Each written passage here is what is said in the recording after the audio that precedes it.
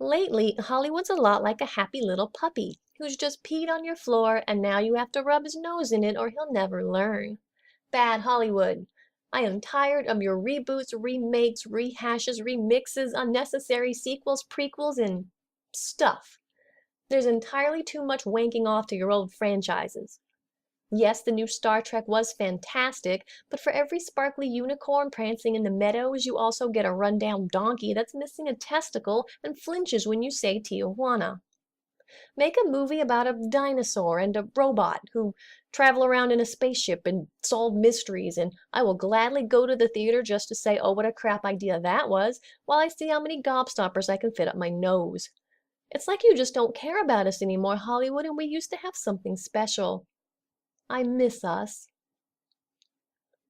Anyway, I watched the new Fright Night, and I liked it. Fright Night is a remake of the 1985 film that turned out to be a surprise hit, winning a few awards and spawning a short-lived comic and even a game on the old Amiga computers. It was filmed in 2D and 3D, but I watched it in the normal flat boring 2 dimensions because 2D is like a delicious cake, and 3D is what happens when you want me to bake it. Now, the fourth dimension is time, the fifth dimension is Canada, the sixth dimension watches you sleep, the seventh dimension's a zombie Pop-Tart, the eighth dimension is Buckaroo Banzai, the ninth dimension tastes like pudding, and Dimension X is home of the Technodrome.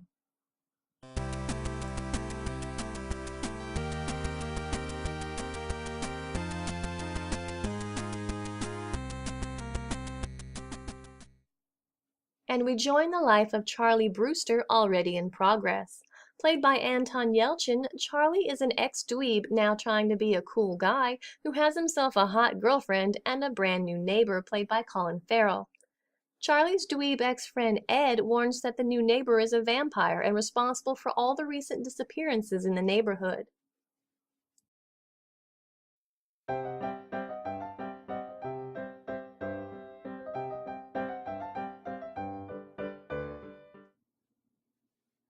But when Ed too disappears, Charlie does some digging of his own and discovers that yes, his neighbor is a vampire, and yes, he's quickly turning everyone into his own personal juice boxes.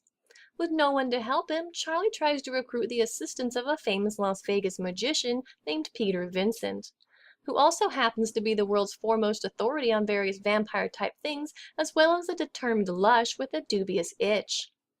When Charlie's girlfriend becomes the vampire's next victim, the stage is set for a showdown between a desperate teenager with his alcoholic sidekick and a 400-year-old unstoppable blood slurper with a whole host of new friends that are just dying to say hi.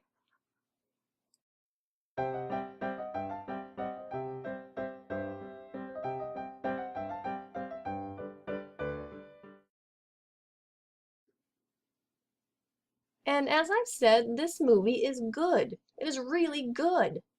But me not, you say. You like a lot of awful movies. And yes, I do. My terrible taste in everything is one of my defining features, thank you.